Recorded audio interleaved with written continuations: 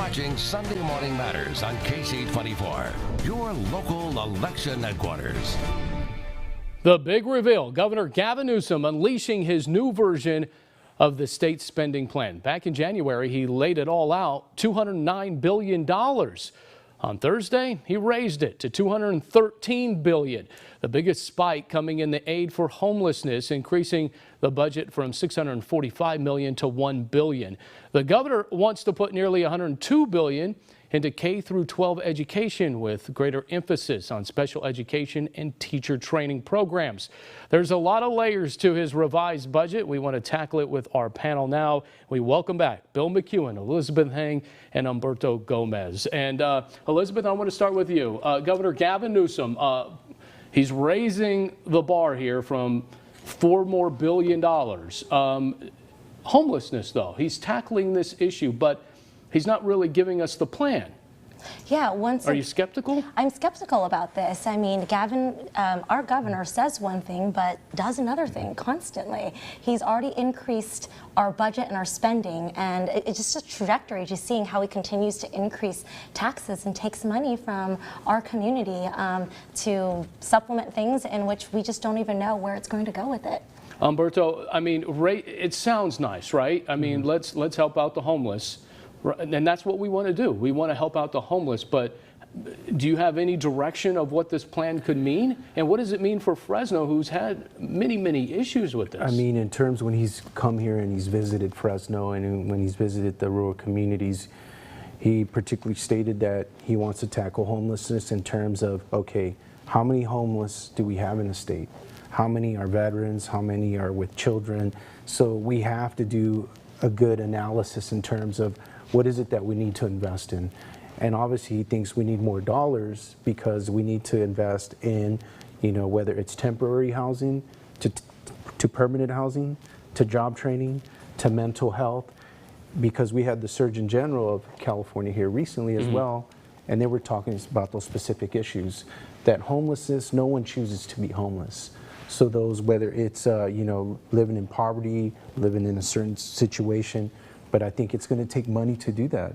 And that's what we need to do. But in terms of a whole, you know, big plan, no. But in terms of having the issues, yes. Elizabeth, what I would say to that, within even his own city in San Francisco, we have spent like hundreds of millions of dollars to combat homelessness. And I know it's a challenge that we all need to focus on as a community, but what are we doing specifically with that money? Is it some of the support system for the mental health issues or the challenges that we have there, or drug abuse? We need more definition. Bill, are you buying this? Well, first of all, Governor Newsom doesn't have a plan because he's left it to the local cities and counties to address their own issues. And so here in Fresno, the city's been allocated about $3 million. Fresno County about $9 million, and they're still working on what this plan looks like. But you know, they're trying to address the full spectrum of people that fall under that label of homelessness. Yeah, he's giving more money, but again, maybe is it safe to say that he needs a more direct plan to help out the communities who have to deal with this firsthand? Well, normally people would say we don't want Sacramento dictating to us what our needs are. And in this case, you know, that message has been heard loud and clear. I think Elizabeth makes a point, though. I think one of the big reasons why this matters to Governor Newsom is because San Francisco has spent so much money on homelessness, and it is still a huge issue in the city there. What we didn't hear is anything about high-speed rail. It kind of just seems like it's left in the air. Well, he's going to concentrate in the Central Valley. There's going to be no connection to Silicon Valley. But in terms of... Or to Los Angeles. Or to Los Angeles. But I just think, you know, a lot of arguments were made that, you know, hey, we're spending too much money. I just think initially he thought it could have been done better. It shouldn't have been controlled by, or the whole project management. But is he ducking here? People. Is he ducking and getting out of the way? This just goes back to how government is incapable of putting out policies like this, because we are now at 12 point, there was $12.4 billion just to place the high-speed rail between Merced to Bakersfield. If that's 2,000, we only have 6.5 million people here in the Central Valley. That's technically about $2,000 per person that this high-speed rail has taken from each individual person. I don't know how you did that math real quick. That is impressive to me, folks. And that's for a family of four. That is $8,000.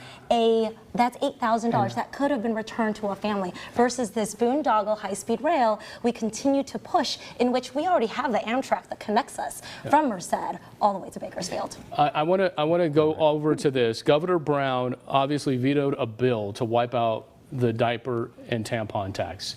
Here's Governor Newsom. He's kind of hitting back at Governor Newsom and what he's vetoed here. As you said earlier in our conversation, he's kind of trying to eliminate some of those pet projects from Governor Brown. Is this a good move, though? Well, so he's shrinking high-speed rail, definitely shrinking the twin tunnels. And, you know, Governor Brown famously said, "I'm here to get stuff done." He didn't say stuff. He used another word. And Gavin Newsom's really, to me, is focused a lot on poverty, focused a lot on the rural areas of California.